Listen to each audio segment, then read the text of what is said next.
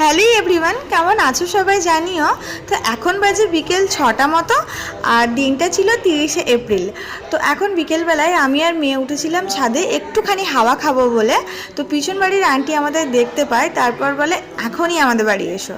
তো কেন সেটাই দেখার জন্য এখন যাচ্ছি। তো ছাদ থেকে নেমে এখন আমরা যেহেতু বাড়ির পিছনে, তো বাড়ির পাশ দিয়ে একটা রাস্তা আছে, ওটা দিয়েই যাব। তো আমি আর মেয়ে এখন বেরিয়ে পড়লাম রাস্তায়। তারপর মেয়ে এই মুরগিগুলোকে দেখে ভীষণ খুশি হয়ে গেল, একটু মুরগি দেখে নিল।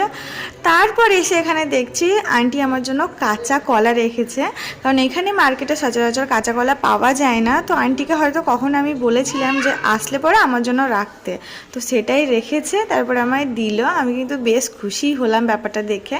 তো এই যে আন্টি, আর ওটা মনে হয় আন্টির মা বা শাশুড়ি কেউ একজন হবেন। তো যাই হোক, আমরা এখন কলা টলা নিয়ে চলে যাবো আবার রুমে। তো ছোট্ট মিনি ব্লগটা কেমন লাগলো অবশ্যই জানাবেন। ভালো থাকবেন, সুস্থ থাকবেন, টাটা।